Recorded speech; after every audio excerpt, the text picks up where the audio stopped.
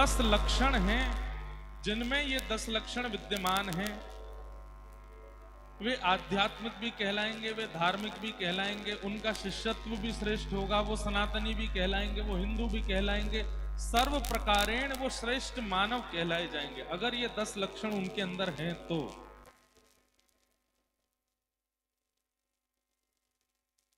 सब लोग इधर देखिए, ध्यान से सुनिए। हमें इतने अल्लाह में कथा करना का अभ्यास कम है, लेकिन फिर भी हम प्रयास कर रहे हैं, इसलिए आप सब लोग थोड़ा सावधानी से सुनिए तो हम अपनी बात आपके बीच में रख सकें। धृति क्षमा दमोस्तेयम शौचमिंद्रिय निग्रह धी विद्या सत्यमक क्रोधो दशकम धर्म लक्षणम। कोई व्यक्ति तिलक लगा करके अपने आप को धार्मिक बताता है, कोई व्यक्ति सोमवार का व्रत करके या एकादशी व्रत करके अपने आप को धार्मिक घोषित करता है, पर मूल बात यह है कि धार्मिक व्यक्ति के लक्षण ये सब नहीं है। 10 स्वभाव जिसके अंदर हैं उसको धार्मिक कहा जाता है, और उन 10 स्वभावों का प्रारंभ होता है। सबसे पहला स्वभाव धृति, यानी कि धैर्य। धैर्य का मतलब पेशेंस आज के लोगों में बिल्कुल भी नहीं है। उनकी नेक प्रशंसा कर दो, थोड़ी उनकी सत्यता बता दो। अच्छा, किसी व्यक्ति का अगर धैर्य परखना हो तो सबसे बढ़िया तरीका है कि जो उसको देख करके आपको अनुभव होता है उसके मुंह पे बोल दो। उसके दोषों को यदि आप उसको बता देंगे तो वो व्यक्ति अपने धैर्य को छोड़ देता है, धैर्य को खो बैठता है। किसी व्यक्ति से हम ऐसा बोल दें कि भैया तुम बहुत क्रोधी हो, तुम बड़े लालची हो, तुम बड़े लोभी हो, तो कोई हमारी अप्रशंसा करे और अप्रशंसा सुनते ही हमारा धैर्य का बांध टूट जाए, इसका मतलब हम धार्मिक नहीं हैं। धार्मिक व्यक्ति कौन? जिसके अंदर धैर्य है, और केवल धार्मिक नहीं, सब प्रकारेण मानव अगर श्रेष्ठ है तो उसके अंदर धृति होगी, यानी कि धैर्य होगा। धैर्य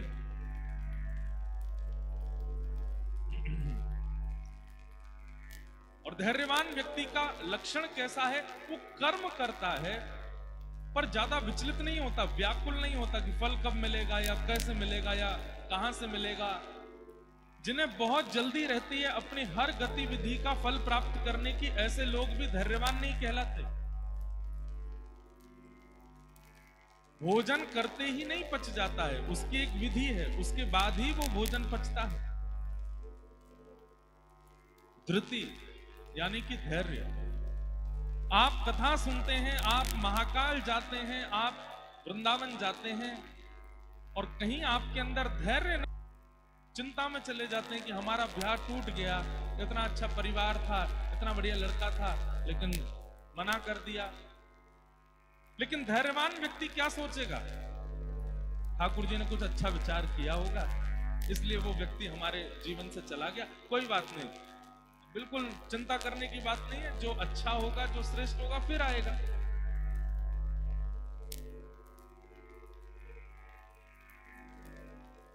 पर अब धैर्य भी कहां कहां प्रयोग होता है, इसमें भी विचार करने वाली बात है। अब बच्चे ने पढ़ाई नहीं की और वो एग्जाम में फेल हो गया, और उसके बाद अपने मन को समझा कोई बात नहीं, एक बार फेल हो गए फिर हो जाएंगे पास। अरे तुम मेहनत नहीं करोगे तो धैर्य का कोई काम।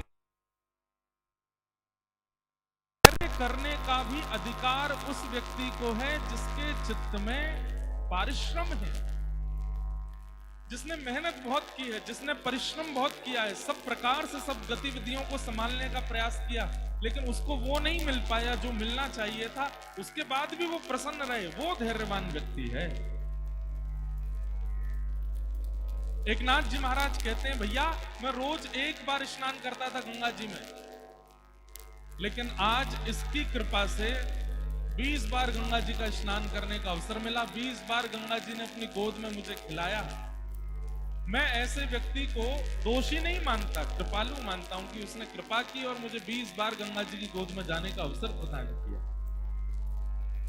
ये लक्षण किसका है? धैर्यवान व्यक्ति का लक्षण। धैर्य लाइए।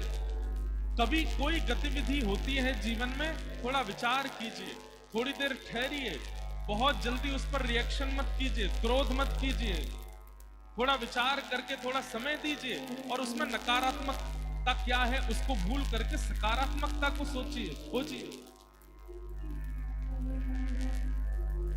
ये धैर्यवान। अगर आप गुरु दीक्षा लेते हैं और आपके अंदर धैर्य नहीं है तो गुरु कृपा हो नहीं पाएगी। ये 10 लक्षण बहुत ध्यान से सुन के जाइएगा। आपके ऊपर गुरु कृपा, आपके इष्ट मित्रों की कृपा, आपके पूर्वजों की कृपा, आप पर भगवंत कृपा, ये तब सभी हो सकती हैं जब आपके पास में ये 10 पात्र होंगे। तो कहने वाली बात है, भंडारे में 10 सब्जियां बनी हैं, 5 सब्जी बनी है, एक मिष्ठान बना है, एक दाल बनी है, एक रसगुल्ला है, एक गुलाब जामुन है, एक मालपुआ है, लेकिन आपके पास में कटोरियां नहीं है, कहां धारण करोगे उसको? गुरु के पास देने के लिए 10 प्रकार के साधन है। गुरु के पास देने के लिए, आचार्यों के पास देने के लिए, ठाकुर जी के पास देने के लिए बहुत कुछ है, पर हमारे पास पात्र भी तो हो। इन 10 भावों को आप पात्र मानिएगा। ये 10 भाव पात्र है, उसमें पहला पात्र है धैर्य।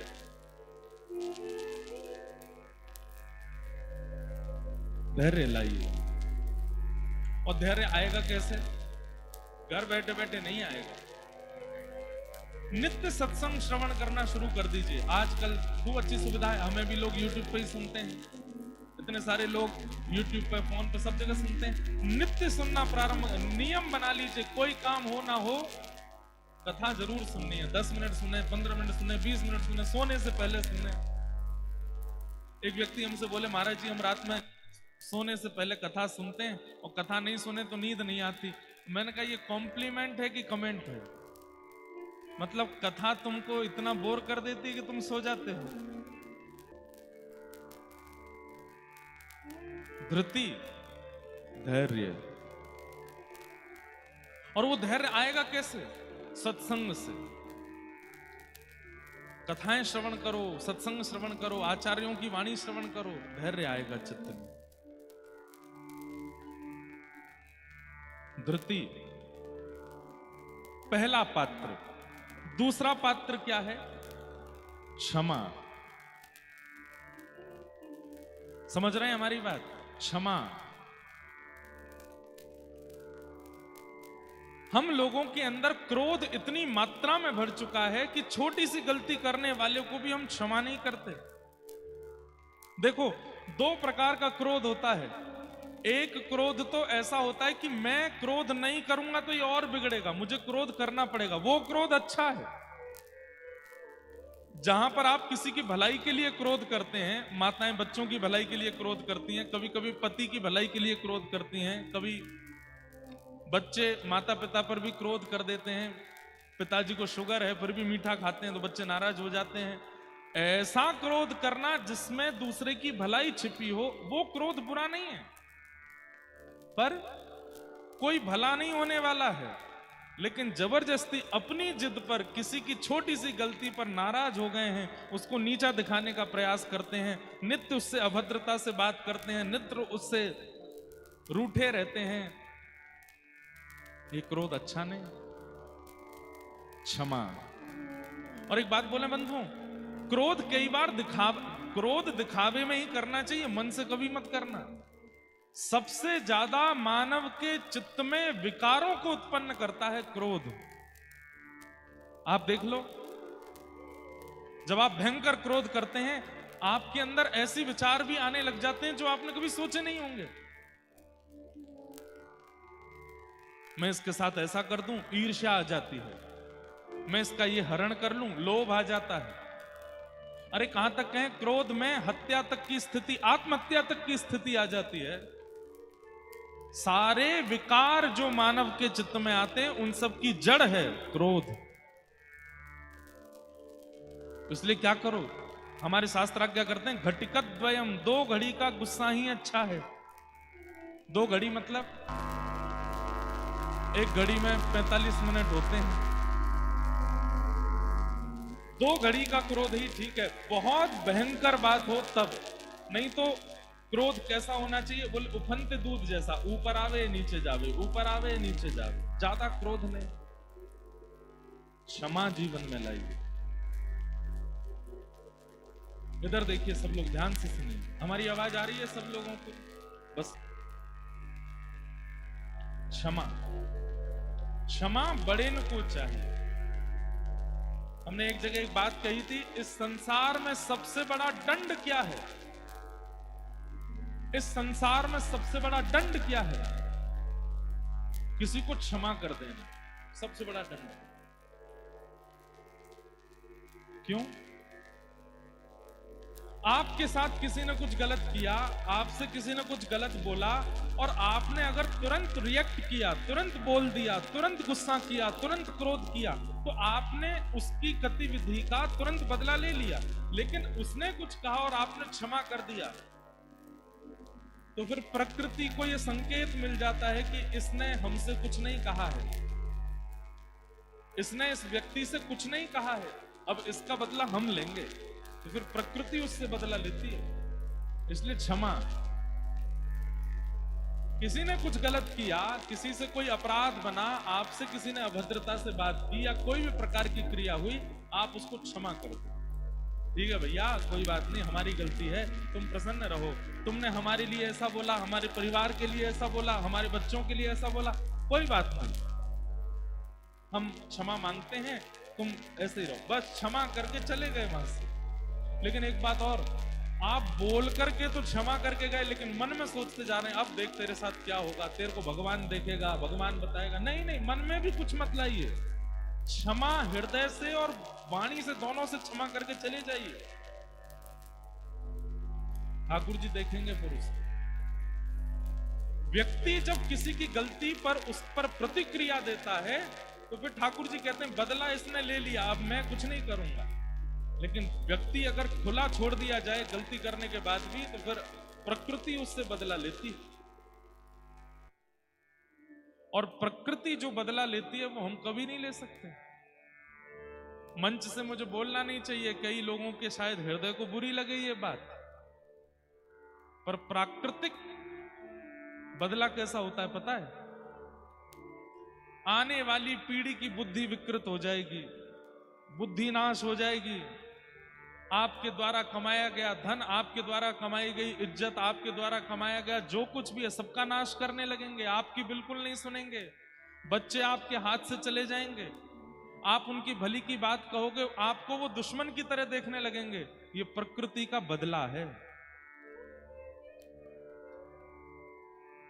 इसलिए हमारी एक बात वो लोग सुने जो आए दिन लोगों के साथ गलतियां करते रहते हैं। अगर सामने वाला आपको क्षमा कर रहा है तो डरिए, क्योंकि क्षमा बहुत बड़ा दंड है, वो आपके पूरे वंश पर आ सकता है। इसलिए कोई नाराज हो जाए, आप कुछ गलती करो और वो सामने वाला क्षमा कर रहा हो तो उसके पैर पकड़ो, नहीं 2-4 बात बोल दे मेरे को, थोड़ा तू सुना दे भाई, मेरे से गलती हो गई, तू मुझको क्षमा मत करो, तुम बोल दो, कुछ मेरे को सुना दो, 2-4 बातें कुछ कह दो। क्योंकि क्षमा उस व्यक्ति का तो कल्याण करता है जो क्षमा करता है, पर जिसको क्षमा मिलती है उसका भविष्य खतरे में आ जाता है। बहुत सावधानी से सुनिएगा इस बात। हमारे भारत में उड़ीसा, बंगाल प्रांत में एक अद्भुत आचार्य हुए, उनका नाम था श्री जयदेव महाप्रभु, जिन्होंने गीत गोविंद की रचना की। हमारे अगर कुछ श्रोता यहां बैठे होंगे जो कथा नियमित सुनते हैं, उनको गीत गोविंद के बारे में पता होगा। महाप्रभु जगन्नाथ जी गीत गोविंद सुनने के लिए दौड़े चले आते हैं। एक कोई लाली जगन्नाथ जी बना के भी लाई है, पीछे से दिखा रही हैं। एक पंक्ति गा देते हैं बस।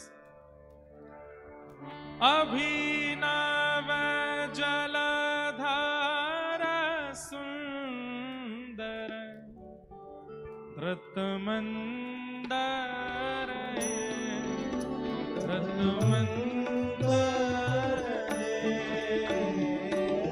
श्री चंद्र चकोर जय जय देव हरे श्री मुख चंद्र चकोर जय जय देव हरे हे श्री राधा मुख चंद्र चकोर जय जय देव हरे श्री राधा मुख चंद्र चकोर जय जय ये देव जिन लोगों ने इस बारे में पहली बार सुना होगा, कटनी के लोग, हमारी आपसे प्रार्थना है, श्री जयदेव महाप्रभु द्वारा विरचित गीत गोविंद, और गीत गोविंद तो बहुत कठिन है पूरा, अनेक अष्टपदियां हैं, उनमें से ये वाली अष्टपदी जो अभी हमने एक पंक्ति गाई है, इसका अगर आपने नियमित पाठ करना शुरू कर दिया तो भक्तमाल जी में नाभा जी कहते हैं, ता सुनवे राधा रमण अवश्य पधारे। ठाकुर जी अवश्य सुनने के लिए। हमने एक पंक्ति गाई, जगन्नाथ महाप्रभु यहां आ ही गए होंगे, इतने में इतना प्रिय है उनको। प्रसंग आता है कि जगन्नाथपुरी में एक माली की बेटी को याद हो गया गीत गोविंद, और वो माली की बेटी अपने बगीचा में जब बैगन तोड़ने के लिए जाती थी तब गाती थी, भैया हेलीकॉप्टर ने एक देर नीचे ही कर दो, थोड़ी देर बाद नहीं तो कोई लटक के आते सागर पहुंच जाएगा, अनेक देर या विश्राम दे दो, थोड़ी देर बाद उड़ा लियो। क्या बता रहा था मैं? हाँ, तो एक माली की बेटी थी जगन्नाथपुरी में, उसको गीत गोविंद याद हो गया। उसने कहीं कथा में सुना कि गीत गोविंद का पाठ करने से ठाकुर जी संग संग रहते हैं, तो उसने गीत गोविंद याद कर लिया, और अब वो जब भी अपने बगीचे में जाती तो वहां बैगन तोड़ते समय गाती थी, श्रित कामला कुच मंडल धृत कुंडल धृत कुंडल कलित ललित बनुमान जय जय देव। महाप्रभु जगन्नाथ जी मंदिर से ऐसे दौड़ करके जाते, किसी को दिखाई नहीं देते, और वो बैगन के बगीचा में भीतर बैगन तोड़ने के लिए जाती, कांटों के लगे हुए सुंदर झाड़, उनके नीचे से वो तो निकल जाती, और विशाल स्वरूप महाप्रभु जगन्नाथ जी का। अब गीत गोविंद सुनने के लिए जा रहे हैं, अब जैसे ही वो उस झाड़ में प्रवेश करें, कहीं ठाकुर जी के कांटे से यहां पर चीरा लग जाए, कहीं से ठाकुर जी के वस्त्र फट गए, कहीं से ठाकुर जी की धोती उधर गई, सब मालाएं वालाएं टूट करके गिर पड़ी, और जैसे ही गीत गोविंद विश्राम हुआ, ठाकुर जी लौट करके मंदिर आए। मंदिर आकर के जैसे खड़े भये, पुजारियों ने जाकर के देखा महाप्रभु जगन्नाथ जी के वस्त्र फटे हुए हैं। ठाकुर जी, ये आपके वस्त्र उधर कैसे गए? सुभद्रा जी के वस्त्र ठीक हैं, बलराम जी के वस्त्र ठीक हैं, आपके वस्त्र कैसे फट गए? कोई चूहा आ गया हो क्या यहाँ पे? कुतर गए हो आपके वस्त्रन ने? जगन्नाथ महाप्रभु बोले, नहीं नहीं, कोई चूहा हुआ नहीं आया है, तो फिर वस्त्र कैसे फटे आपके? ठाकुर जी बोले, मोकू गीत गोविंद बहुत प्रिय लगे, और एक माली की छोरी वो अपने बगीचा में बैठ करके बैगन तोड़ते भये, पुष्प तोड़ते भये गीत गोविंद गावे, वाके स्वर्प में ऐसो रीझ करके दौड़ के जाऊं, अब छोटे छोटे कुंजन में वो तो प्रवेश कर जाए, मेरा विशाल शरीर है, कांटे लग जाएं, वस्त्र फट जाएं, या मेरे वस्त्र उधर गए। पुजारी जी को इतना प्रिय लगा ठाकुर जी का, आपको गीत गोविंद इतना प्रिय है? बोले हाँ। माली की लाली को बुलाया और उसको कह दिया, अब से तुम बगीचा में बैठ करके नहीं गाना, तो तुमको हम अधिकार देते हैं, तुम गर्भगृह के मुख्य देहरी पर बैठ करके यहां बैठ के जगन्नाथ जी को गीत गोविंद सुनाओ, नहीं तो ये तो दौड़ के वहीं चले आएंगे। तब से हमने भी अपने श्रोताओं को यह नियम दिया है कि गीत गोविंद का पाठ जब भी करना है बैठ करके करना है। चलते फिरते उठते बैठते खाते पीते हंसते सोते जागते अगर आप करोगे तो ठाकुर जी आ जाते हैं सुनने के लिए, और कहीं ठाकुर जी को दिक्कत ना हो। और जब भी गीत गोविंद करना है एक स्वच्छ आसन लगा करके करना है कि ठाकुर जी आप आके इस पर विराजो, हम आपको गीत गोविंद सुनाते हैं। इतना प्रिय है महाप्रभु जगन्नाथ जी को। उस काल में कोई मौलवी थे, उनका एक हिंदू पंडित भक्त था, मित्र था। तो मौलवी जी और वो पंडित जी दोनों मित्र थे आपस में। तो एक दिन मौलवी जी बोले, तुम्हारे भगवान को मैं देखना चाहूं तो कैसे देख सकता हूं? तुम्हारे पूरे शास्त्र पुराणों में ऐसी कोई बात है जिसका मैं पाठ करूं और तुम्हारे भगवान प्रकट हो जाएं? तो पंडित जी ने उनको गीत गोविंद दे दिया। बोले जयदेव महाप्रभु के द्वारा लिखा गया गीत गोविंद महाकाव्य, इसको ठाकुर जी ने वरदान दिया है कि जो गाएगा मैं उसके पास आ ही जाऊंगा। ये विचार नहीं करूंगा कि उसने कितने पाप किए हैं, उसने कितनी गलतियां करी हैं, बस वो शुद्ध मन से शुद्ध भाव से गाएगा, मैं पहुंच जाऊंगा। तो आपसे हमारा निवेदन है, 1 महीना के लिए आप जो भक्ष वक्ष खाते हो सब चीज छोड़ छाड़ दो और गीत गोविंद का नित्य पाठ करो। आसन लगा करके करना, हमारे ठाकुर जी आएंगे। तो मौलवी जी ने संस्कृत याद की और नित्य गीत गोविंद का पाठ करते आसन लगा करके, छुप करके, कोई देखे ना। 1 दिन 2 दिन 10 दिन 15 दिन 20 दिन निकल गए। अब तो गीत गोविंद उनको याद हो गया। एक दिन बड़ी जल्दी में कहीं निकलना था उनको, मन में सोचने लगे पाठ कैसे करूं, आज का पाठ तो रह जाएगा। तो मन में उन्होंने विचार किया कोई बात नहीं, घोड़ा पे बैठ करके और घोड़ा हाँकते हाँकते गीत गोविंद बोलूंगा। जैसे ही घोड़ा पे बैठे घोड़ा हाँकने लगे और बस गीत गोविंद का पाठ शुरू किया। इतने में क्या देखते हैं कि उनके घोड़े के आगे छोटा सा बालक, घुंघराले केश, नील वर्ण की कांति, और उल्टा दौड़ रहा है, पीछे की तरफ दौड़ रहा है भुजा उठा करके। मौलवी जी ने तुरंत घोड़ा रोका, उतर करके नीचे आए। अरे बालक, इतनी गति से तुम उल्टे कैसे दौड़ रहे हो और तुम दौड़ क्यों रहे हो, क्या बात है? तो ठाकुर जी कमर पे हाथ धर के बोले, रोज तो मेरे काजे आसन लगावे, आज आसन नहीं लगाए हो, घोड़ा पे बैठ के गा रो है। अब मेरे तो सुनवे को मन हो तो मैं कहा करूं, दौड़ दौड़ के सुनना हूं। ये सुनते ही जयदेव महाप्रभु उस मौलवी के तो नेत्रों में आंसू आ गए, ठाकुर जी के चरणों में गिर गया। बोले भगवान आज दर्शन हो गए आपके, मैंने कहा था कि मुझे आपके भगवान देखने, आप ही हो? बोले हाँ हम ही हैं। तब से उन मौलवी जी ने नियम कर लिया, नित्य गाते थे गीत गोविंद। तो ऐसा गीत गोविंद महाकाव्य लिखने वाले श्री जयदेव महाप्रभु, बंगाल का उनका जन्म।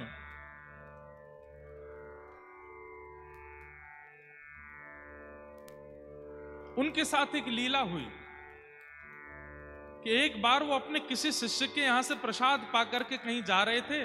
खूब सारा धन धान्य सोना चांदी उनके पास था। बीच मार्ग में कुछ लुटेरों ने उनके रथ को रोक लिया और सारा धन हरण कर लिया। जयदेव महाप्रभु बोले भैया तुम सब ले जाओ, हमको छोड़ दो। तो डाकुओं ने सोचा कि इसने हमारा मुंह देख लिया है, हमारा रूप पहचान लिया है, ये राजा को जाकर के हमारे बारे में बता देंगे, हमारी मृत्यु हो जाएगी, हम पकड़े जाएंगे। तो उन डाकुओं ने क्या किया, महाप्रभु जी को पकड़ के आधी रात में दोनों हाथ और पैर काट दिए जयदेव महाप्रभु के, और उनके बचे हुए शरीर को एक कुआं में फेंक करके रथ लेकर के चले गए। जयदेव महाप्रभु वहीं कुआं में पड़े पड़े गीत गोविंद गा रहे हैं, ठाकुर जी का स्मरण कर रहे हैं। तभी एक नगर का राजा वहां से निकल रहा था। उसने जैसे स्वर सुना तो वो राजा भी गीत गोविंद का पाठ करता था, पर जयदेव महाप्रभु से कभी मिला नहीं था।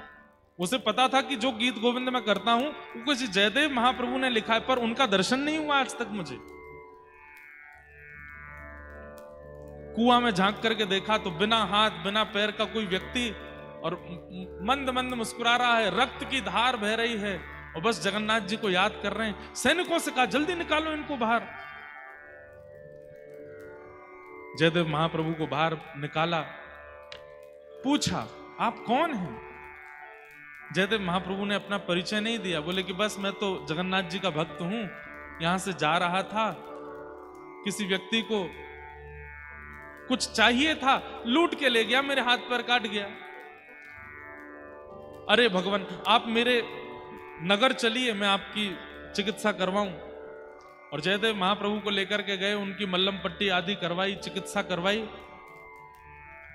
और राजा ने जयदेव महाप्रभु को अपना राजगुरु बना करके अपने पास बैठा लिया, आज्ञा मांगी। ध्यान से सुनिएगा सब लोग। एक दिन जयदेव महाप्रभु से आज्ञा मांगी कि हे महाप्रभु जी आप मुझे आज्ञा कीजिए कि मैं एक नियम धारण करना चाहता हूं। जयदेव महाप्रभु ने कहा एक ही नियम धारण कर लीजिए। बोले क्या? नित्य 1 घंटा के लिए अपने द्वार सब ब्राह्मणों के लिए और सब याचकों के लिए खोला करो, वो जो मांगे उनको दिया करो। 1 घंटे के लिए खूब दान पुण्य किया करो और 1 घंटे में जो आ जाए और जो मांगे सब दे दो। राजा ने कहा जो आज्ञा। अब तो महाराज पूरे भारत में हवा की तरह बात फैल गई कि उड़ीसा प्रांत में एक राजा है, 1 घंटे के लिए द्वार खोलता है, उतने में जो पहुंच जाए जो मांगते हैं सब देता है। बड़े बड़े ब्राह्मण, बड़े बड़े याचक सब आने लगे। तो वो जो चोर थे जिन्होंने जयदेव महाप्रभु के हाथ पैर काटे, उनके मन में आया कि एक राजा मुंह मांगी वस्तु प्रदान करता है, हम भी ब्राह्मण बन के चले जाते हैं, मांग लेंगे राजा से। उन्हें यह नहीं पता था कि जिनके हाथ पैर हमने काटे वो वहीं बैठे हैं। चारों ब्राह्मण बनकर के जैसे ही राजा की सभा में पहुंचे, राजा के सिंहासन के बगल में जब जयदेव महाप्रभु को देखा तो चारों घबरा गए। बोले अरे ये तो वही हैं जिनके हाथ पैर हमने काटे थे, ये हमारा रूप जानते हैं, ये राजा को सब सत्य बता देंगे, यहां से निकलने में ही फायदा है। जैसे ही चारों वहां से जाने लगे तो जयदेव महाप्रभु समझ गए कि संकोच में यहां से भाग रहे हैं। उन्होंने तुरंत कहा अरे राजन राजन देखो आज कितनी बड़ी कृपा, गुरुकुल में हमारे साथ पढ़ने वाले हमारे मित्रगण आए हैं, इनको बुलाओ। अब यहां क्या हुआ? किसी की घनघोर गलती पर क्षमा किया जा रहा है उसको। इसका परिणाम देखिएगा। जयदेव महाप्रभु ने क्या कहा? ये तो हमारे बचपन के मित्र हैं, सखा हैं, अरे इनको बुलाइए। जैसे ही सुना हमारे गुरुदेव के मित्र हैं तो राजा तो आसन से खड़ा हो गया, खूब सत्कार करने लगा, स्वागत करने लगा। उन चोरों को पकड़ करके भीतर लाए, मुंह मांगी दक्षिणा, मुंह मांगी वस्तु, मुंह मांगा प्रसाद उनको प्रदान किया। और राजा बार बार चरण पकड़े, आप मेरे गुरुदेव के सखा हैं तो मेरे भी गुरु हैं, मैं आपको प्रणाम करता हूं।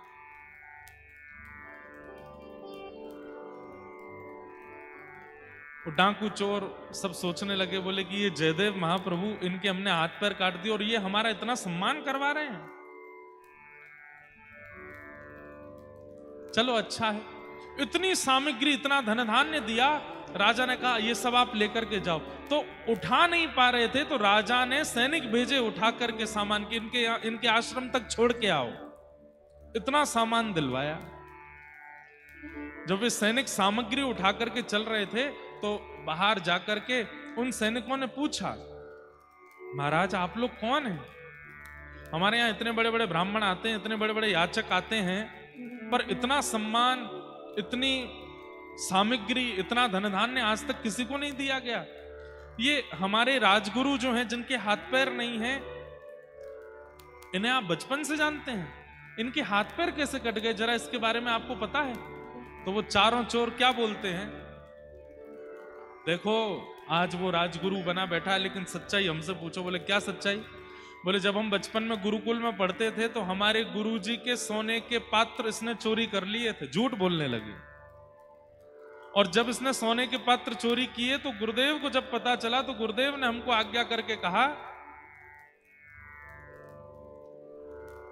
वन में ले जाओ, ले जा करके इसका सर धड़ से अलग कर दो, गुरुद्रोही है, गुरु के यहां चोरी करता है।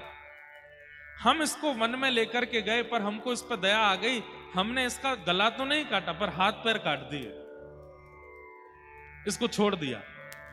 जैसे ही उन चोरों ने झूठ बोला, इतना बड़ा जघन्य अपराध किया, उसी समय पृथ्वी बीच से फट गई और वो चारों पृथ्वी में समा गए। प्रकृति ने उनको नष्ट कर दिया। ये क्षमा का स्वरूप है। अगर कोई व्यक्ति आपकी गलती पर क्षमा किए जा रहा है, क्षमा पर क्षमा किए जा रहा है, और आप फिर भी गलतियों पे गलतियां किए जा रहे हो, तैयार रहिएगा, प्रकृति बहुत बलवान होकर के आएगी फिर। और प्रकृति जब बलवान होती है ना, अभी हम एक पद गा रहे थे, पंजाब में कथा थी, ऊधो जब टेढ़े दिन आवे, ऊधो जब टेढ़े दिन। क्या पद है?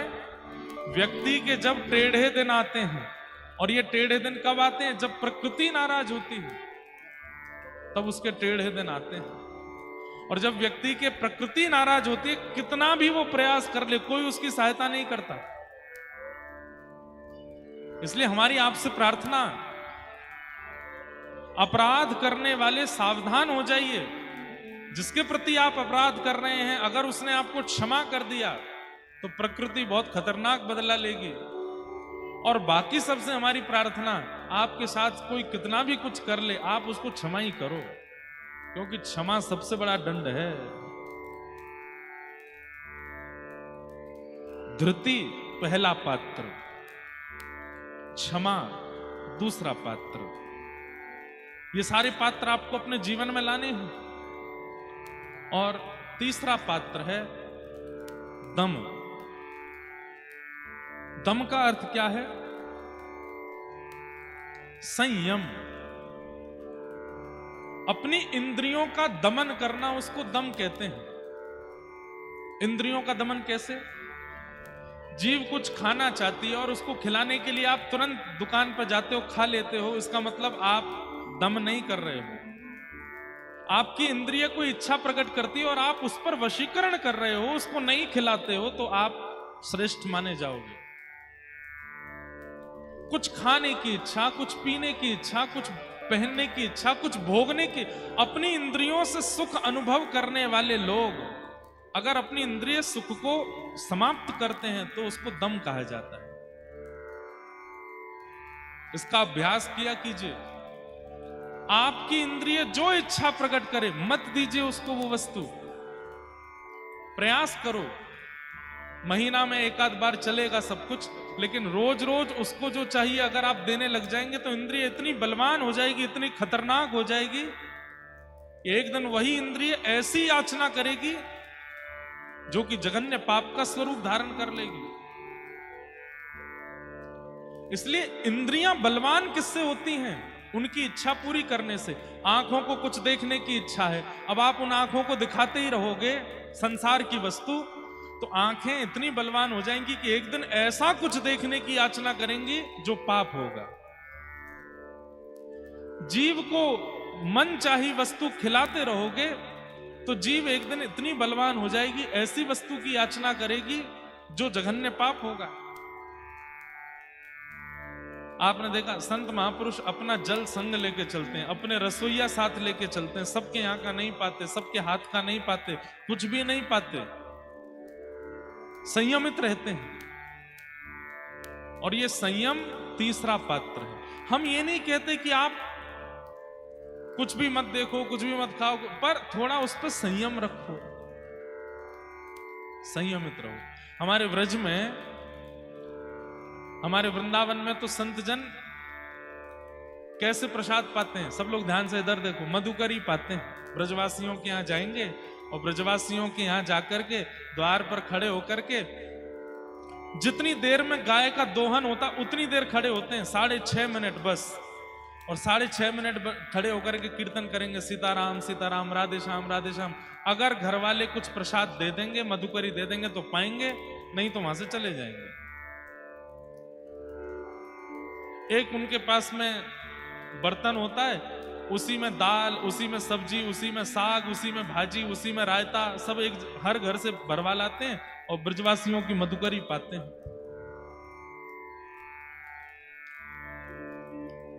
हमारे ब्रज में एक पद गाते हैं,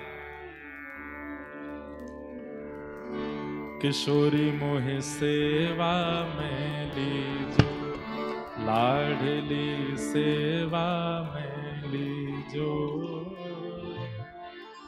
जग जंजाल छुड़ाए बास वृंदावन को दीजो, किशोरी सेवा में लीजो, लाडली सेवा में लीजो, जग जंजाल छुड़ाए बास वृंदावन को दीजो, किशोरी मोहे सेवा में लीजो, लाडली सेवा में लीजो, जग जंजाल छुड़ाए वास वृंदावन को दीजो, सेवा में लीजो, करताल बजा के गाओ, सेवा में लीजो, जग जंजाल छुड़ाए वास वृंदावन को दीजो। और भोर होत महलन में थारी सेवा में नित जाऊं, भोर होत महलन में थारी सेवा में नित जाऊं, भोर होत महलन में थारी सेवा में नित जाऊं, भोर होत महलन में थारी सेवा में नित जाऊं, मंगला के नित दर्शन पाऊं, जीवन सफल बनाऊं, मंगला के नित दर्शन पाऊं, जीवन सफल बनाऊं, ओ मंगला के नित दर्शन पाऊं, जीवन सफल बनाऊं, मंगला के नित दर्शन पाऊं, जीवन सफल बनाऊं। हे किशोरी मोहे सेवा में लीजो, लाडली सेवा में लीजो, जग जंजाल छुड़ाए वास वृंदावन को दीजो, किशोरी मोहे सेवा में लीजो, लाडली सेवा में लीजो, जग जंजाल छुड़ाए वास वृंदावन को दीजो, हे किशोरी सेवा में लीजो, लाडली सेवा में लीजो, जग जंजाल छुड़ाए वास वृंदावन को दीजो, किशोरी मोहे सेवा में लीजो, लाडली सेवा में लीजो, जग जंजाल छुड़ाए वास वृंदावन को दीजो। राधे राधे राधे राधे राधे जय श्री राधे, राधे राधे राधे राधे जय श्री राधे, राधे राधे राधे राधे राधे जय श्री राधे, राधे राधे राधे राधे राधे जय श्री राधे, जय जय श्री राधे, जय जय श्री राधे, जय जय श्री राधे, जय जय श्री राधे, जय जय श्री राधे, जय जय श्री राधे, जय जय श्री राधे, राधे राधे राधे राधे राधे जय श्री राधे, राधे राधे राधे राधे राधे जय श्री राधे, राधे राधे राधे राधे राधे जय श्री राधे, राधे राधे राधे राधे राधे जय श्री राधे। बोल बरसाने वारी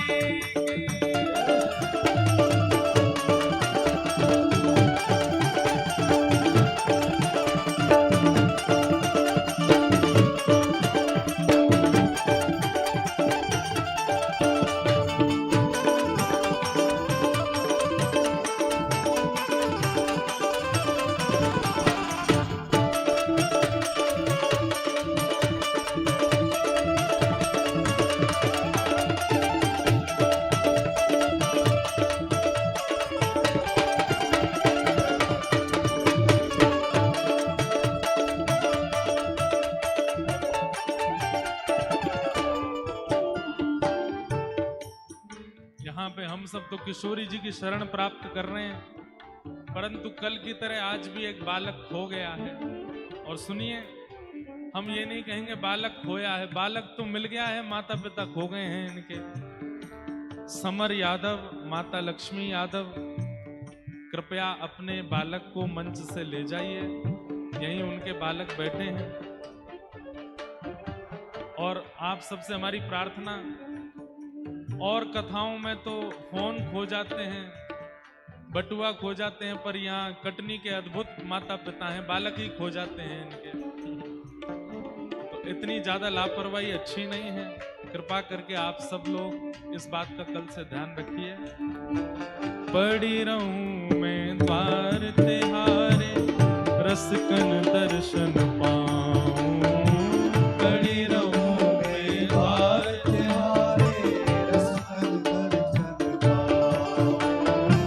पड़ी रहूं मैं द्वार तिहारे, रसकन दर्शन पाऊं। पड़ी रहूं मैं द्वार तिहारे, रसकन दर्शन पाऊं। ओ भगतन की रज धूल मिले तो अपने शीश चढ़ाऊं। भक्तन की रज धूल मिले तो अपने शीश चढ़ाऊं। हाँ, भगतन की पग धूल मिले तो अपने शीश चढ़ाऊं। भगतन की पग धूल मिले तो अपने शीश चढ़ाऊं। ए किशोरी मोहे द्वारे रख लीजो, लाडली द्वारे रख लीजो। जग जंजाल छुड़ाए, वास वृंदावन को दीजो। किशोरी मोहे द्वारे रख लीजो, लाडली द्वारे रख लीजो। जग जंजाल छुड़ाए, वास वृंदावन को दीजो। ए किशोरी मोहे सेवा में लीजो, लाडली सेवा में लीजो। जग जंजाल छुड़ाए, वास वृंदावन को दीजो। किशोरी मोहे सेवा में लीजो, लाडली सेवा में लीजो। जग जंजाल छुड़ाए, वास और वृंदावन को दीजो। सबसे विशेष बात, भूख लगे तो ब्रजवासन के टूक मांग के खाऊं। भूख लगे तो ब्रजवासिन के टूक मांग के खाऊं। ओ भूख लगे तो ब्रजवासन के टूक मांग के खाऊं। भूख लगे तो ब्रजवासिन के टूक मांग के खाऊं। कबहु प्रसादी श्री महलन की कृपा होए तो पाऊं। कबहु प्रसादी श्री महलन की कृपा होए तो पाऊं। ओ कबहु प्रसादी श्री महलन की कृपा होए तो पाऊं। कबहु प्रसादी श्री महलन की कृपा होए तो पाऊं। हे किशोरी मेरी विनय मान लीजो, लाडली विनय मान लीजो। जग जंजाल छुड़ाए, वास वृंदावन को दीजो। किशोरी मेरी विनय मान लीजो, लाडली विनय मान लीजो। जग जंजाल छुड़ाए, वास वृंदावन को दीजो। हे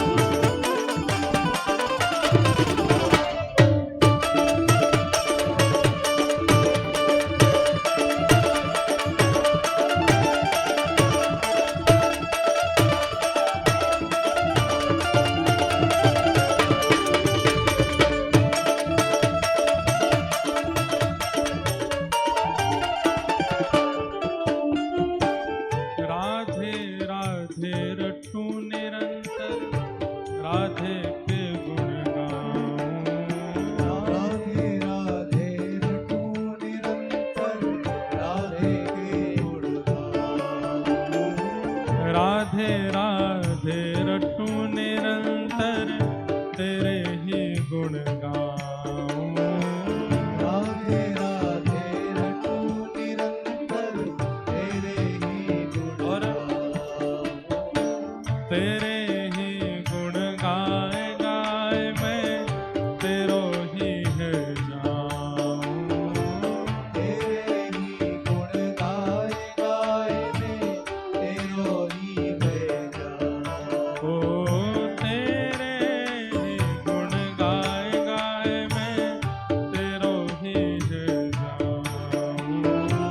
तेरे ही गुण गाए गाए मैं तेरो और ही है जाऊं। जो वृंदावन के प्रति प्रीति भाव रखते हैं, किशोरी जी के प्रति प्रीति भाव रखते हैं, वो इस भाव से निश्चित परिचित हैं। राधे राधे रटू निरंतर, राधे के गुण गाऊं, तेरे ही गुण गाए गाए मैं तेरो ही है जाऊं। और फिर अंत में क्या कह रहे हैं? हे किशोरी मोहे अपनो कर लीजो, लाडली अपनो कर लीजो, जग जंजाल छुड़ाए वास वृंदावन को दीजो।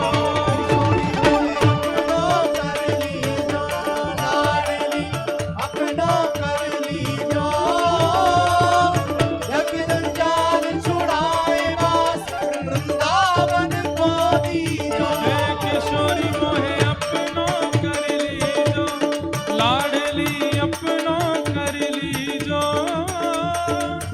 जग जंजाल छुड़ाए वास वृंदावन को दीजो। किशोरी मोहे अपनो कर लीजो, लाडली अपनो कर लीजो, जग जंजाल छुड़ाए वास वृंदावन को दीजो। जय राधे राधे, राधे राधे श्री राधे राधे, राधे राधे जय राधे राधे, राधे राधे श्री राधे राधे, राधे राधे जय राधे राधे, राधे राधे श्री राधे राधे, राधे राधे जय राधे राधे राधे राधे राधे, श्री राधे, राधे राधे राधे राधे राधे श्री राधे जय राधे राधे राधे राधे राधे, जय श्री राधे, राधे राधे राधे राधे राधे श्री राधे जय राधे राधे राधे राधे राधे, जय श्री राधे, राधे राधे राधे राधे राधे श्री राधे जय जय राधे राधे राधे राधे राधे, जय श्री राधे, राधे राधे राधे राधे राधे श्री राधे जय जय श्री राधे, जय जय श्री राधे, जय जय श्री राधे जय जय श्री राधे जय जय श्री राधे, जय जय श्री राधे, जय जय श्री राधे जय जय श्री ओ राधे जय राधे राधे राधे राधे राधे, जय श्री राधे, जय राधे राधे राधे राधे राधे, जय श्री राधे, जय राधे राधे राधे राधे राधे, जय श्री राधे, जय जय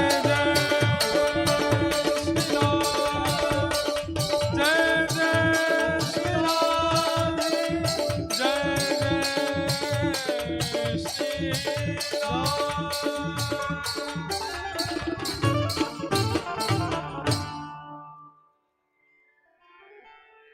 भूख लगे तो ब्रजवासन के टूक मांग के खाऊं। भूख लगे तो ब्रजवास के टोक मांग के खाओ। हम यम की बात कर रहे हैं। ब्रजवासी और वृंदावन में रह के भजन करने वाले महापुरुष आज भी रसोई नहीं बनवाते, ब्रजवासियों के यहां मांग करके पाते हैं। और एक बात आपको बताएं, कितने भी अनुष्ठान कर लो, कितने भी साधन कर लो, कितने भी नाम कर लो, कितनी भी परिक्रमा लगा लो, ब्रजवासियों के यहां से मधुकरी पाने के बाद जब आप यमुना तट पर बैठ करके ध्यान लगाने बैठोगे तो आपके चित्त में निश्चित श्यामा श्याम प्रकट हो जाएंगे। ये ब्रजवासियों की मधुकरी की ऐसी उज्जवलता है, श्रेष्ठता है। अगर व्यक्ति को केवल स्वार्थ के लिए भक्ति करनी है तो वो दम ना करे। दम का मतलब समझे ना, इंद्रियों पर निग्रह। स्वार्थ के लिए अगर ठाकुर जी का भजन करता है तो दम ना करे। अपनी इंद्रियों को जो खाना चाहती हैं खिलावे, जो पहनना चाहती हैं पिलावे, जो पहनना चाहती पहनावे। लेकिन अगर भगवत दर्शन की कामना चित्त में है तो अपने जीवन में दम जरूर लेकर के आओ। इंद्रियों को उनकी ज्यादा इच्छाएं पूरी मत कराओ। सब लोग बिल्कुल सावधानी से बैठो, इधर देखिए। अगर मन पक्का कर चुके हैं कि हमें ठाकुर जी का अनुभव करना है, ठाकुर जी की कृपा का अनुभव करना है, एक बार प्राण निकलने से पूर्व ठाकुर जी का साक्षात्कार करना है। आप महादेव के उपासक हैं, आप शक्ति के उपासक हैं, आप ठाकुर जी के उपासक हैं, आप जो भी हैं, आपको अपने चित्त में इंद्रिय निग्रह तो लाना पड़ेगा। हमारे पूज्य पिताजी महाराज एक भाव गाते हैं, देखना इंद्रियों के न घोड़े भगे, इनमें हरदम जो संयम के कोड़े पड़े, अपने रथ को सुमार्ग लगाते चलो, कृष्ण गोविंद गोपाल गाते चलो। सुख में फूलो मती, दुख में भूलो मती, प्राण जाए मगर नाम भूलो मती, काम की वासना को मिटाते चलो, कृष्ण गोविंद गोपाल गाते चलो। भगवत प्राप्त करने वाला जो होगा उसकी इंद्रियां उसके वश में होंगी। और इंद्रियों में 10 इंद्रियां आती हैं, आंख, नाक, जीव, कान, त्वचा, हाथ, पैर, मुख और 2 गुप्त इंद्रिय।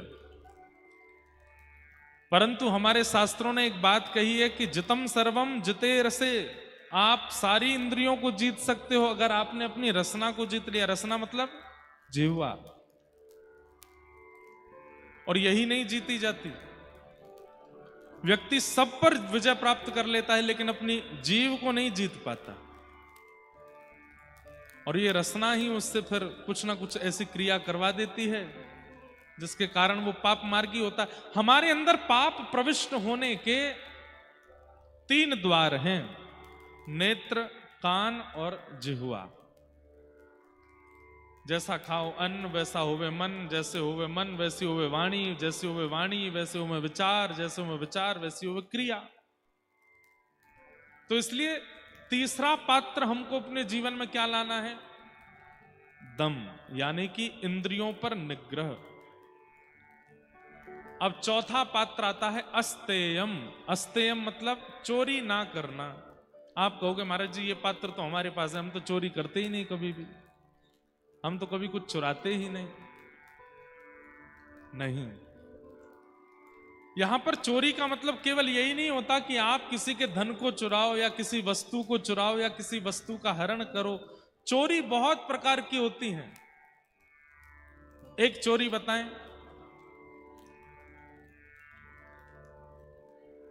आपने कुछ बहुत बड़ा काम किया, सब लोगों ने आपकी प्रशंसा की, भैया आपने बहुत बढ़िया काम किया और इससे इतने लोगों का लाभ हो गया, और आपने उसका पूरा श्रेय अपने ऊपर ले लिया। वास्तविकता तो यह है कि भैया नेक बात मत करो, नेक चर्चा मत करो मंच पे। वास्तविकता तो यह है कि ठाकुर जी अगर कृपा नहीं करें तो फिर कुछ भी नहीं हो सकता। लोग गाते हैं श्री राम जी हमारे सब काम कर रहे हैं, सब काम हमारे ठाकुर जी कर रहे हैं, लेकिन जैसे ही श्रेय देने की बारी आती है तो सबको लगता है कि हमारा नाम बोला जाए कि हमने ऐसा किया, हमने ऐसा करवाया, हमारे द्वारा ये क्रिया की गई। ये श्रेय का लेना यह भी एक चोरी है। क्रेडिट्स लेने के लिए कई लोग आगे आ जाते हैं। सब्जी बहुत अच्छी बनी आज घर में, तो फिर एक बहन बोलेगी नमक तो मैंने डाला था उसमें, उसी से तो स्वाद आया। ये एक तो सामान्य बात है, इसमें कोई पाप नहीं है, ये तो सामान्य बात है।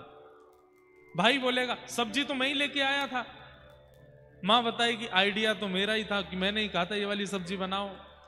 हम अब ये तो एक सामान्य बात है, इसमें कोई पाप नहीं। पर संसारी क्रियाओं में भी लोग श्रेय लेना चाहते हैं, हर वस्तु का, हर भाव का। अरे भैया ये मंत्री जी बन गए, तो फिर 4 लोग पीछे से बोलते भी हैं, अच्छा हमने ही इनको सिखाया था, हम ही इनको अपनी साइकिल पर बैठा बैठा के यहां लेके गए, वहां ले गए, ये कराया वो कराया, आदि आदि। ये श्रेय लेना, यह भी एक चोरी है। ठाकुर जी की कृपा से सब हो रहा है, और आपके प्रारब्ध कर्मों के कारण आपको जो भी प्राप्त हो रहा है, जो भी छूट रहा है, सब होता है। अब हम लोग ऐसे हैं, हमें अगर कुछ श्रेष्ठ प्राप्त हो जाए तो वो मैंने परिश्रम करके प्राप्त किया, और अगर कुछ मुझसे छूट जाए, मुझसे कुछ बिछुड़ जाए, मुझसे कुछ दूर हो जाए, तो ठाकुर जी से कहते हैं हे नाथ, आपने इस वस्तु को मुझसे दूर कैसे कर दिया। ठाकुर जी बोले जब मिली थी तब तो मुझे श्रेय दिया नहीं, और जब छूट रही है तो फिर मुझसे क्यों मांग रहे हो, तुमने प्रकट की थी, अपने आप से पूछो कैसे जा रही है वस्तु।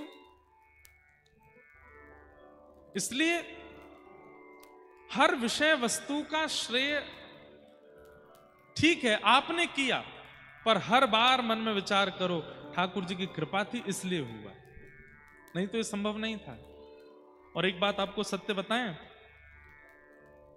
जीवन में हर श्रेष्ठता को प्राप्त करने वाला व्यक्ति एक दिन ये सोचता जरूर है कि मैं इस लायक था जहां मैं हूं।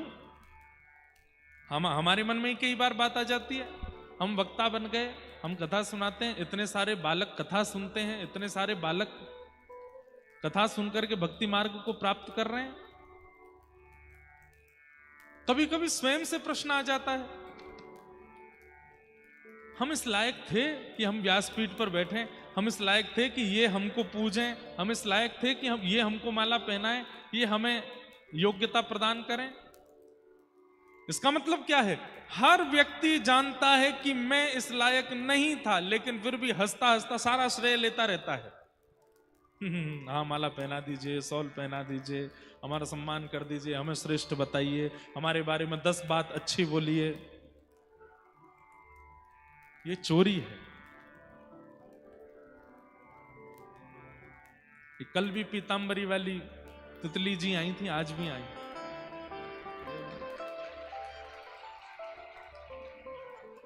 हमें तो लगता है कि आचार्य ही, दद्दा जी ही आते हैं, सब देखने आते हैं, और व्यासपीठ की परिक्रमा लगा करके ही जाएंगे।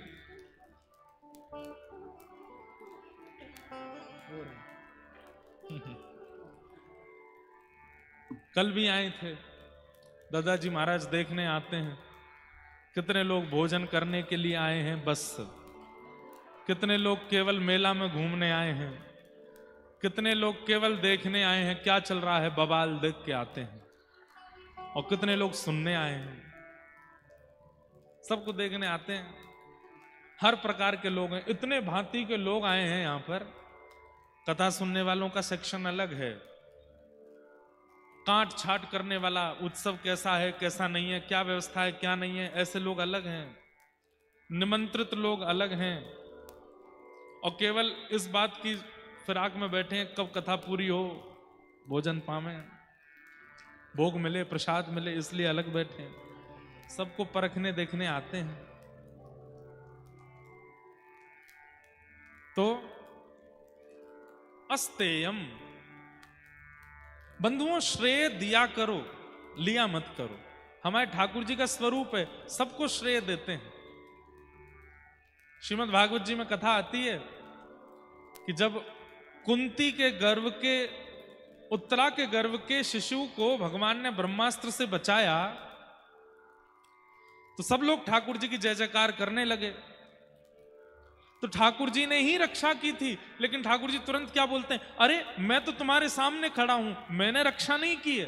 तो कुंती, ये उत्तरा के गर्भ का बालक बच कैसे गया? ठाकुर जी बोले उत्तरा ने इतना भजन किया है, उत्तरा ने इतना तप किया है, उत्तरा ने इतना भगवान का यश गाया है कि उन सब भजन के प्रताप से ये ब्रह्मास्त्र नष्ट हो गया, इसका बालक बच गया। मैंने कुछ नहीं किया, लेकिन वास्तविकता क्या थी? एक रूप से ठाकुर जी बाहर खड़े थे और एक रूप से अंगुष्ठ मात्र वायु का आश्रय लेकर के वायु की तरह नासिका से गर्भ में प्रवेश करके रक्षा कर रहे थे। ठाकुर जी का स्वरूप कैसा है? श्रेय देते हैं दूसरों को, स्वयं करते हैं पर श्रेय दूसरों को देते हैं। और हम कैसे हैं? दूसरा कर दे उसमें भी श्रेय खुद लेते हैं। हमने किया। मुख्यमंत्री जी आए थे तो पहले ही देख लेते हैं स्क्रीन में कौन सा कैमरा है जहां से हम पीछे दिख जाएंगे। हम खड़े थे, उतने का स्क्रीनशॉट लेके घर में लगवा देंगे। देखो मुख्यमंत्री जी के साथ खड़े थे हम, हमने ही फोन करके बुलवाए थे, हमने ही मंच पे बैठाए थे। श्रेय लेना ये तो बहुत सामान्य सी बातें हैं जिनको हम मंच से बोल सकते हैं। ऐसी भी कई बातें जिनको हम यहां से बोल नहीं सकते, लोग उसमें भी श्रेय लेते हैं। कहीं किसी का ब्याह अच्छा हो जाए, लड़का लड़की अच्छे मिल गए, दोनों का ब्याह हो गया, अच्छा जीवन चलने लगा, लोग प्रशंसा, अरे भाई उनका विवाह बहुत अच्छा हो गया, दाम्पत्य जीवन बहुत बढ़िया। हमने ही तो बताया था, हमने ही तो करवाया था, हम ही ढूंढ के लाए थे लड़की को, हमने ही कहा था इससे ब्याह कर दो। और अगर दोनों में नहीं बनी तब ढूंढो, कहाँ है भैया बिचौलिया, कौन ढूंढ के लाया था? हमने तो भैया पहले ही कही थी सोच समझ के ब्याह करना, हमारी मानी नहीं किसी ने। हम भले ही बताए थे लड़की, लेकिन हमने पहले ही कहा था कि अपना बुद्धि विवेक लगाना। अच्छे कार्यों में श्रेय लेना ये एक प्रकार की चोरी है। अस्तेयम, संसार में चोरी तो हम करते ही हैं, ठाकुर जी की भी चोरी करते हैं। परिश्रम किया, मेहनत किया और उसके बाद भी फेल हो गए तो ठाकुर जी को दोष देते हैं, ठाकुर जी हमारा भला नहीं चाहते, ठाकुर जी हमको पास नहीं किए। और परिश्रम न करने के बाद भी, सामान्य सी पढ़ाई करने के बाद भी पास हो गए तो फिर गाने लगेंगे दिन रात एक कर दिया था, किसी कार्यक्रम में जाते नहीं थे घर के, मैं रोज पढ़ता था, रोज करता था। श्रेय लेना ये अच्छा नहीं। इसलिए हर दिन आप श्वास भी ले रहे हो, इस बात का धन्यवाद ठाकुर जी को किया कीजिए कि आज मैं श्वास ले पा रहा हूं, आपकी कृपा है ना। शास्त्र तो ऐसा भी कहते हैं कि रात्रि में जब आप सोते हैं और जब आप सुबह उठते हैं तो आंख खोल करके जब आपको पता चलता है कि नहीं हम जीवित हैं, तो ठाकुर जी को प्रणाम किया करो, धन्यवाद आपने आज भी हमें जीवित रखा। क्योंकि रात्रि में सोए थे, हम तो कहीं और चले गए तो चाहते तो हमारे प्राण निकल सकते थे, पर आज भी हम जीवित हैं, आपकी बड़ी कृपा है।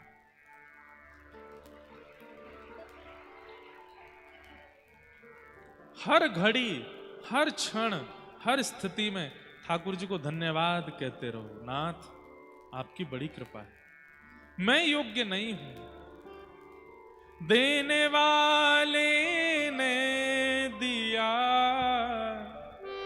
वह भी दिया किस शान से, मेरा है यह लेने वाला, कह उठा अभिमान से, मैं मेरा यह कहने वाला मन, किसी का है दिया, मैं नहीं मेरा नहीं, यह तन किसी का है दिया। हमारा जन्मदिन था, किसी ने हमको चश्मा दिया, किसी ने जूते दिए, किसी ने घड़ी दी, किसी ने बहुव्यंजन पदार्थ दिए, किसी ने सोने का कड़ूला, किसी ने चांदी के कड़ूला, सब दिए, किसी ने कान की बाली दी, किसी ने गले में चैन पहनाई, सब कुछ दिया। देने के बाद इतने सारे लोग सब पूछने लगे, अच्छा महाराज जी एक बात बताओ, क्या आपको सबसे अच्छा उपहार किसने दिया? इतने लोग उपहार लेकर के आए, पर सबसे अच्छा उपहार कौन सा था? तो मन में बात आई, 28 वर्ष पहले ठाकुर जी ने सबसे अच्छा उपहार शरीर दिया, सबसे बढ़िया उपहार दिया। क्यों? आपने चश्मा तो दिया, लेकिन ठाकुर जी ने आंख ही नहीं दी होती तो क्या करते? आपने सोने का कंगन तो दिया, लेकिन हाथ ही नहीं दिए होते ठाकुर जी ने तो? आपने जूते तो दिए, पैर ही नहीं मिलते तो? आपके द्वारा प्रदान की गई वस्तु और संसार के द्वारा प्रदान की गई वस्तु का हम धन्यवाद कहते रहते हैं। मेरे मित्र ने मुझको ये दिया, मेरे सखा ने, मेरे परिवारियों ने मुझको ये दिया। कभी ये क्यों नहीं विचार किया कि उन्होंने जो दिया वो अभी तब सार्थक हुआ जब ठाकुर जी के द्वारा प्रदत्त शरीर मिला।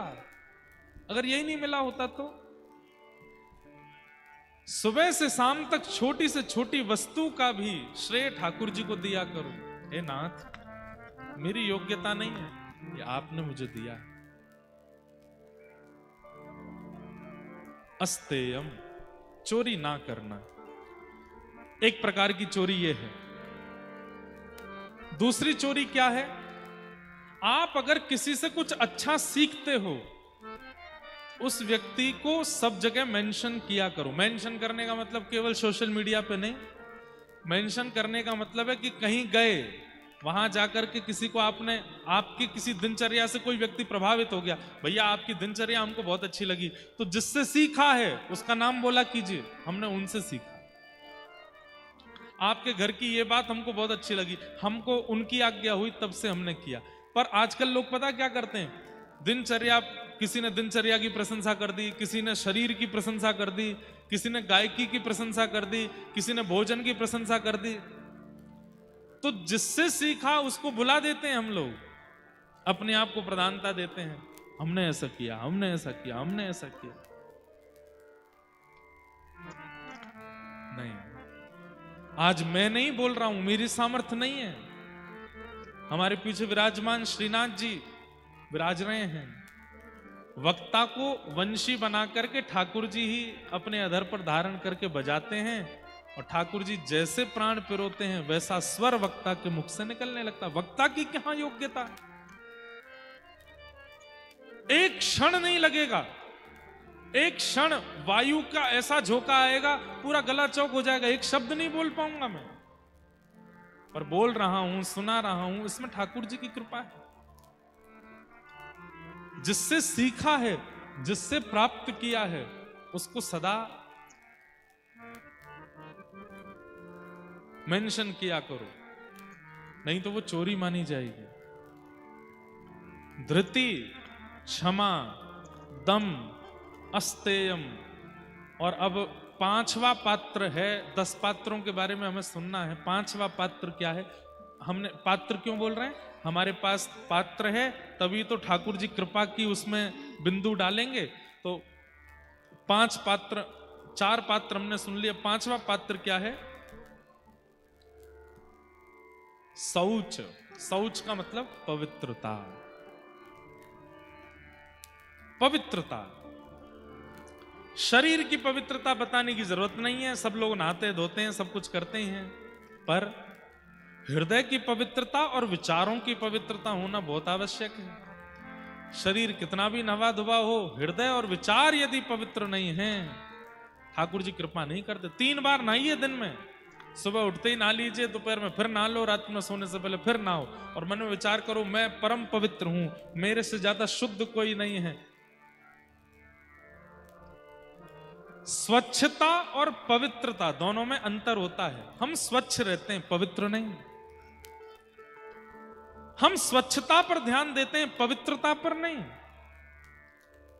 ऐसा मत सोचिएगा कि हम हमारे भारत की जो एक विचारधारा है उस पर कहीं उसका कटाक्ष कर रहे हैं। स्वच्छता पर ध्यान देना है, अपने नगर स्वच्छ बनाने हैं, घर स्वच्छ बनाने हैं, प्रांत स्वच्छ बनाना है, परंतु देह को स्वच्छ नहीं, पवित्रता की आवश्यकता है। और देह की पवित्रता विचारों से होती है। देह की पवित्रता विचारों से होती है। और विचारों में पवित्रता कहां से आती है? जितने सीधे, जितने सरल, जितने सहज उतना विचार पवित्र होंगे। व्यक्ति जितनी चतुराई अपने अंदर ले आएगा उतनी विचारों की शून्यता होती चली जाती है। हमारी बात सुनिए, सब लोग इधर देखिए ध्यान से। व्यक्ति को चतुर बनने का एक चाव रहता है कि मुझे सब आना चाहिए, मेरे साथ कोई छल ना करे, मेरे साथ कोई कपट ना करे। और इसी बात को करते करते व्यक्ति इतना चतुर हो जाता है, बातों में चतुराई, नेत्रों में चतुराई, उसके उठने बैठने में चतुराई, उसके बोलने में चतुराई, सब चीज में चतुराई विद्यमान होती है। एक और खो गए हैं कि दूसरे हैं? दूसरे हैं।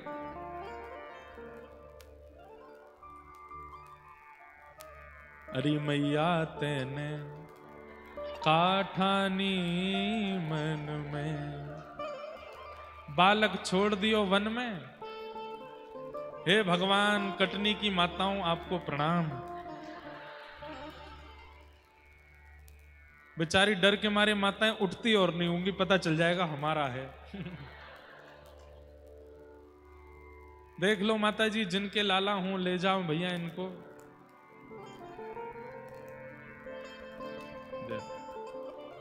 क्या नाम है इनका? मिल गई क्या?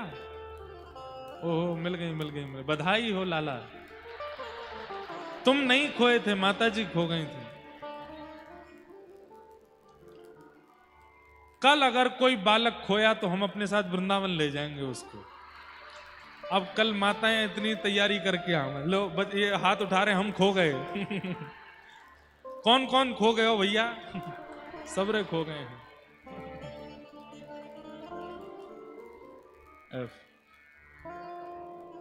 चलो रे मन श्री वृंदावन धाम,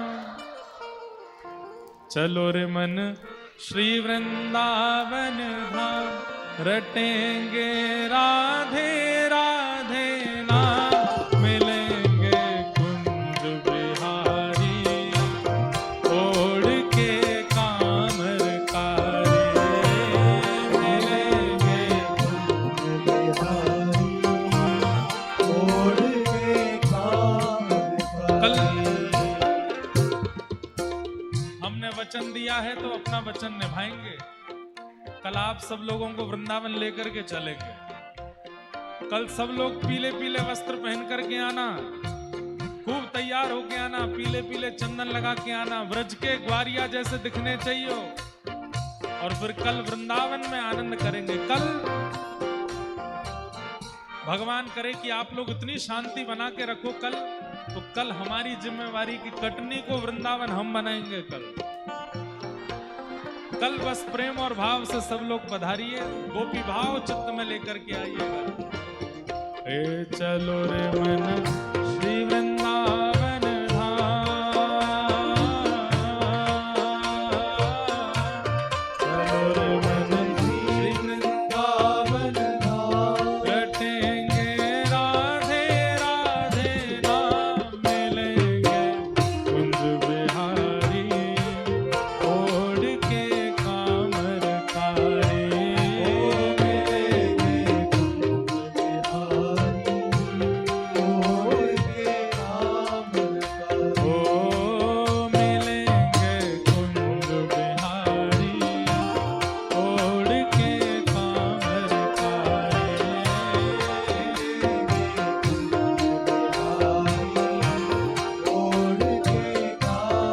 क्या करेंगे वृंदावन जाके?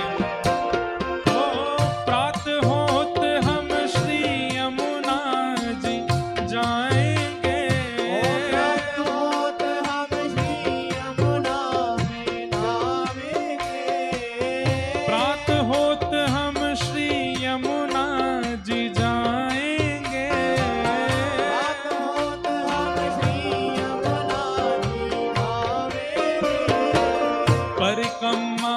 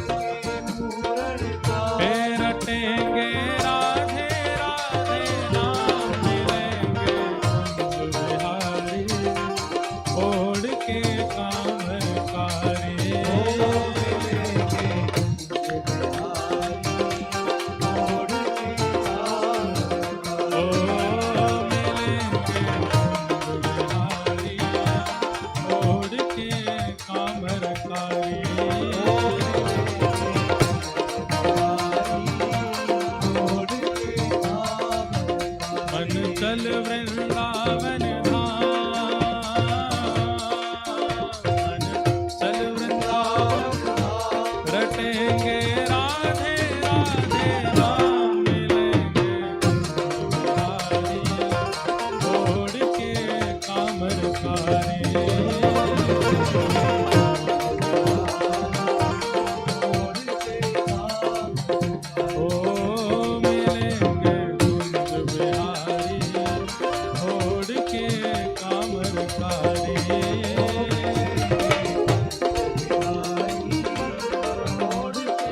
श्री लक्ष्मी नारायण भगवान की।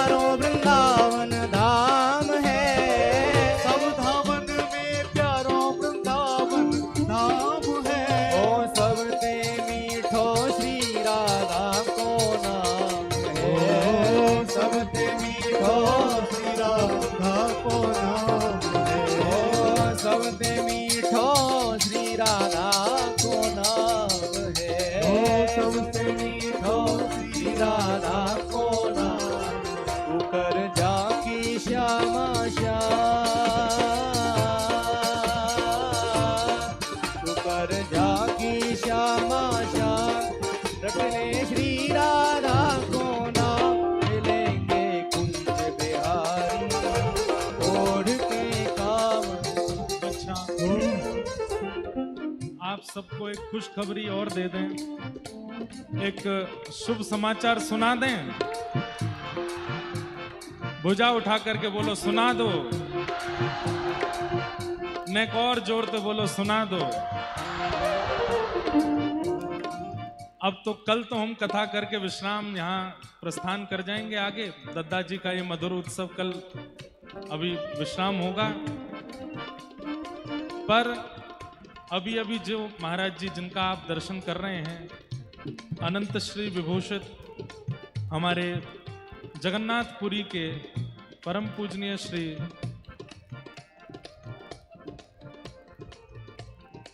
आपको नाम लेकर के, वैसे मेरो नाम और महाराज जी को एक जैसा ही है, बस सम नाम ही है। ऐसे पूज्य महाराज जी हमारे मध्य पधारे। आपके सानिध्य में आगामी 31 जनवरी से फिर से कटनी में कथा होने वाली है। आगामी भाई इतनी जल्दी हम किसी शहर में पहली बार आ रहे हैं। अभी नवंबर का मध्य चल रहा है, दिसंबर निकलेगा, जनवरी निकलेगा और 31 जनवरी से पूज्य महाराज जी के सानिध्य में कटनी में फिर से भागवत की कथा होने वाली है।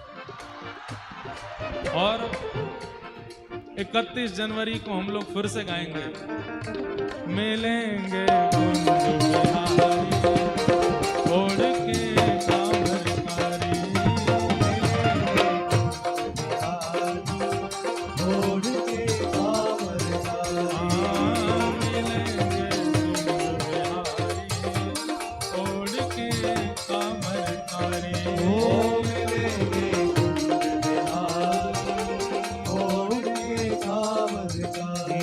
चल वृंदावन धाम, चल वृंदावन धाम, रटेंगे राधे राधे नाम, मिलेंगे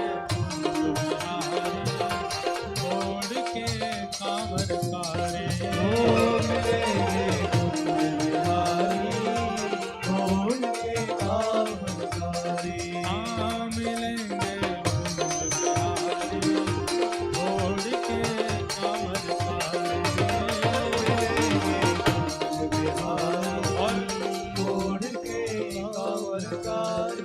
श्री गोवर्धन रूप के दर्शन पाएंगे, श्री गोवर्धन रूप के दर्शन पाएंगे, श्री गोवर्धन रूप के दर्शन पाएंगे, श्री गोवर्धन रूप के दर्शन पाएंगे।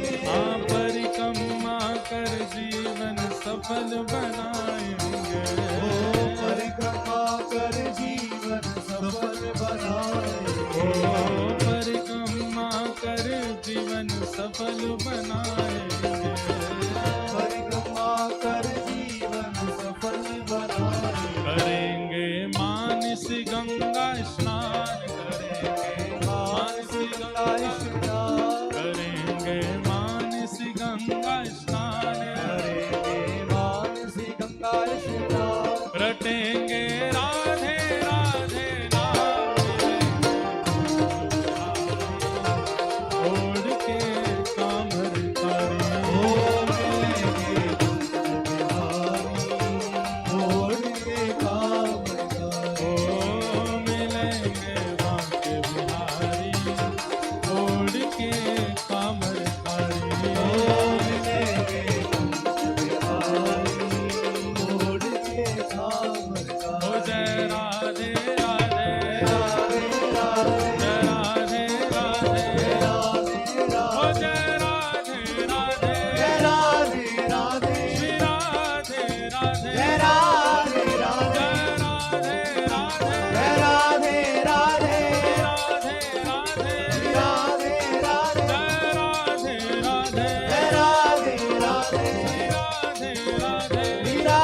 राधे राधे, राधे राधे, राधे राधे, जय राधे राधे, जय राधे राधे, राधे राधे, जय राधे राधे, जय राधे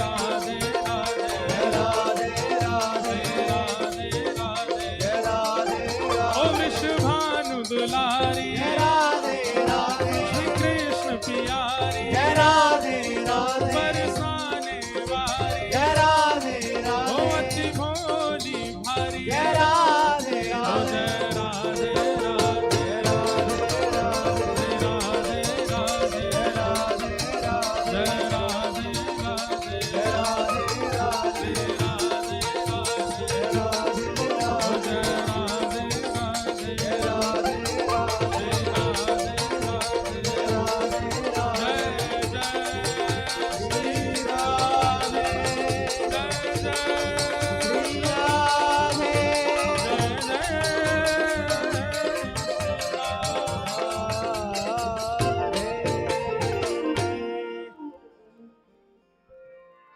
बोलो वृंदावन बिहारी लाल की जय। बैठ जाइए सब लोग, विराज जाओ।